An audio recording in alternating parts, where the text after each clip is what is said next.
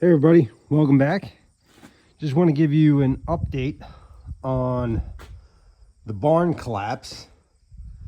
We're making pretty good progress. If you guys don't remember, you didn't watch one of my previous videos during the winter, this section of the barn, which was it was an add-on back in the day, collapsed from the snow. So we put a set of temporary doors in, closed this off, demoed these stalls that they had like added on. They poured a concrete slab over here, a curb, cut that out, using the dump trailer to haul the shit away. That's gonna have to come down, this whole roof structure. If I don't get to it, the winter's gonna do it for me, that's for sure, because I can't see that thing lasting through the winter. And you can see they never put any collar ties up there underneath the ridge connecting those roof joists. That's probably why this fell down. So the idea is now we're going to get this cleaned up. Still got to take these stalls out. I don't know what I'm going to do with these slabs just yet, but the idea is now we're going to build a lean-to kind of the same shape as that. So we're going to go 12 foot up, come over to like maybe 10 foot, 11 foot, and have it go this whole way, finish there, straight over. And we're going to probably, this is where the barn cleaner used to come out. Used to come out and load the shit spreader. But we're thinking this might be a good spot to set up a squeeze chute, so we could work our bison. So if you guys weren't watching or seen my teaser video, we did go look at a herd. Yep, we did. So it was supposed to be a 5-year plan, but it looks like now it's going to be a 1-year plan. So these guys are probably going to have to get relocated, and we might be bringing bison in here next year, probably around September. But we got a lot of infrastructure we got to do.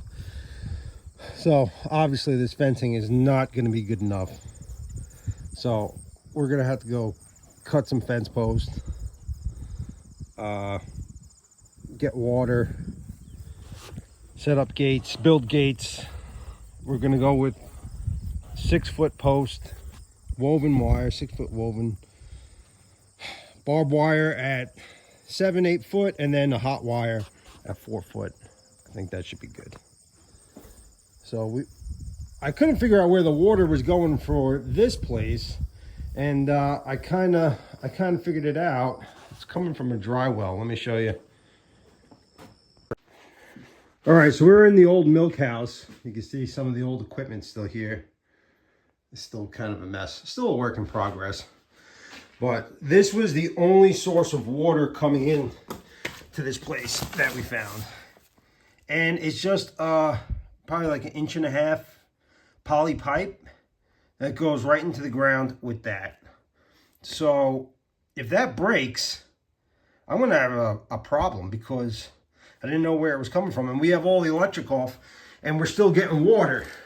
So we ran the poly temporarily all the way out. It goes all the way down in the barn cleaner kind of tracks out there to just fill a stock tank, because when we get the bison, they're obviously going to need water for forever. Winter, summer. I mean, we have a pond, but it's good to give them fresh water. So we're going to have to probably dig this up, because I would like to see, 1, where it's going, and 2, probably put a shut off there. And it was put in before this road was here. So it probably goes under this road at some point. Let me show you where the well is. So I was cleaning out this old pasture and I noticed there was a random fence post in the middle of it. And it turns out that it's actually was protecting this well up here. So I'm like, this has to be where the water's coming from. The hay mow's all the way over there. Milk house is right there. And that road goes right up there. So we open this up. I don't know if I can do it with one hand. Thing's pretty heavy. Let me use two hands. All right, so I took the cap off and look at this. It must be a dry well. I mean, the water's pretty clear. I don't know if you can see it on the camera, but I can see to the bottom of that. And there's the poly pipe, which is probably about 7-8 feet down from the top of this thing. And let's see if you can see it. Yeah, you can see it right there. Going in this direction. And then somehow, I'm going to assume it's going that way. It's got to go somewhere. So we're going to have to figure that out. And from there, maybe put a hydrant on both sides of the road as a shut off. I don't know. Is it worth it to see if we could drill another well with a windmill and a stock tank up at the top? I don't know. These are things I got to figure out. Because if we really do get the bison next year, I got a lot of shit to do. So we still have to put the entrance back on the top of that. And there's the collapsed part of the barn. Just got to get cleaned up. That should, hopefully we get that done by this winter. So we still got to cut fence posts. I have the wire. Let's get out of here. So far, the guy who has the bison herd is about an hour away from us. Nice guy. He's willing to work with me so we can get them all for next year. Help me come over here. Maybe he'll come over here to my place and see, where, what kind of paddocks we should set up, where the water should be, all that stuff. There's big rocks right here. Yeah, so he's got a herd. I think one bull, probably about 20-30 females. And yeah, we're going to be getting into bison ranching. So stay tuned for that one. Other than that, not too much happening. Haven't really got much rain, which is the opposite of what we have been getting through the whole summer.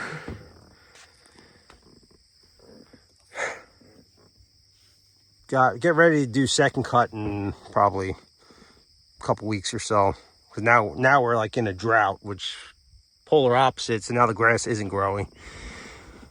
I'll show you that weedy field. We got 150 bales off of it.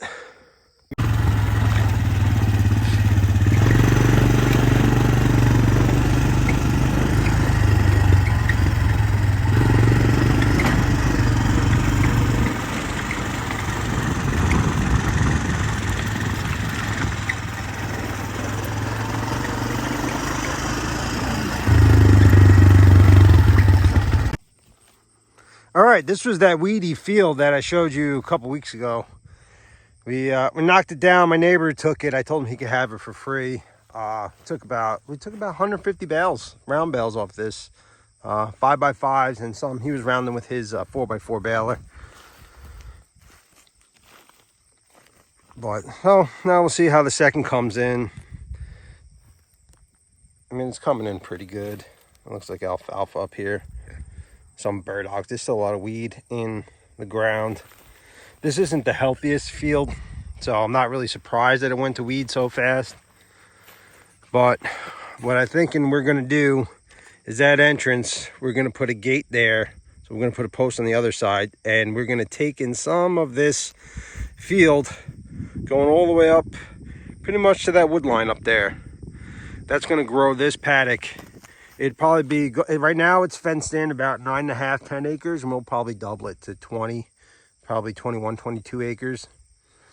And that should be enough to get started with the initial herd of the bison. And then I'm thinking I might just take this, you know, we'll reseed this pasture, and I'll start working on the fence. And if I get hay off of it, I get hay off of it. If I don't, the bison can have it. Let them be on fresh grass. The bison are more conservative with their hay than they are with cattle, so we don't use as much hay in the winter.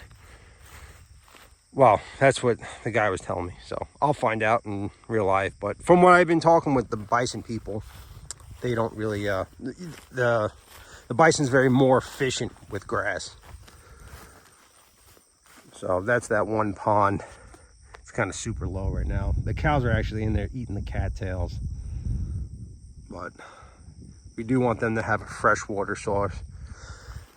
So I don't know if that well's up there, the gravity goes down, would it go back up? Or are we gonna have to set another well higher on the hill? I'm gonna have to ask the well guy. Or if anyone knows, let me know. Leave a comment. I'm up for any ideas or options or information. Would be very helpful. I appreciate it. And I'll keep everybody posted. I don't want to bore anyone with just me walking around. But I'm going to just start working on that hay mow now. And I'll keep everybody updated. So thanks for watching, and I'll talk to you later.